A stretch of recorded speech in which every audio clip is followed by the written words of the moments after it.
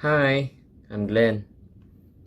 Last year, I went to Kyrgyzstan with two NUS students, Kiwei and Lim Ying, for our Morph program. They are both FES staff members now. For those of you who don't know, FES stands for Fellowship of Evangelical Students. Kyrgyzstan is a country in Central Asia, near Kazakhstan, Mongolia and China. The people there speak Kyrgyz sometimes, but mostly Russian, as Kyrgyzstan used to be under the Soviet Union. Only a small number of them can speak English fluently.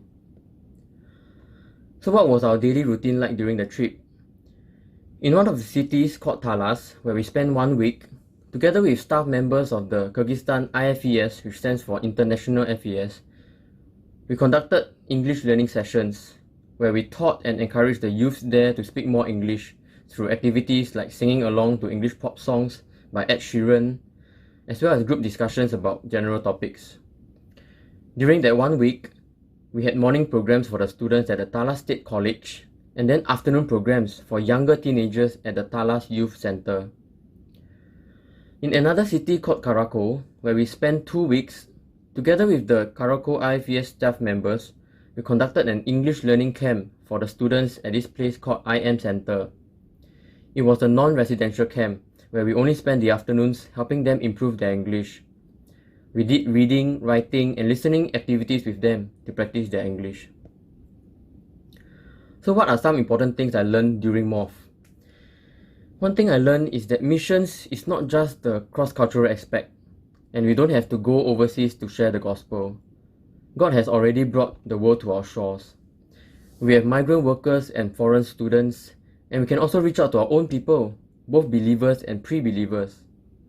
Another thing that I learned is discovering more about myself and others, where I learned how to manage and adjust my expectations accordingly with different people of different cultures. And even among friends from the same country, we may have different personal cultures as well. I'm thankful for Kiwei and Lim Ying, who have been such great and gracious fellow pilgrims on this journey together.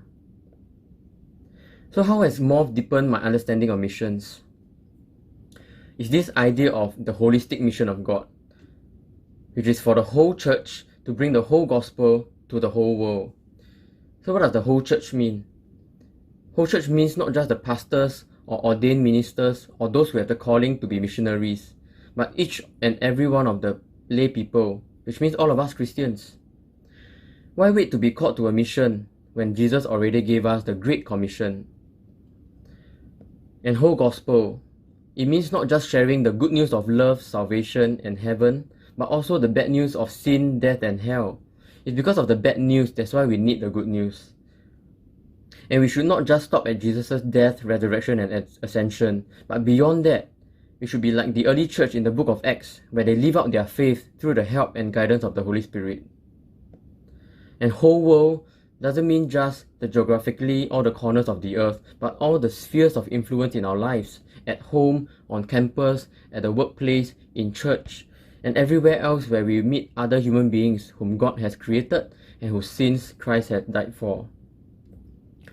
So why should you join Morph?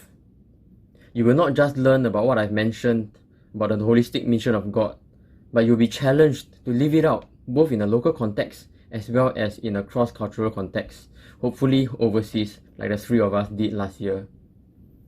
So click the link below now to sign up for Morph. Bye bye.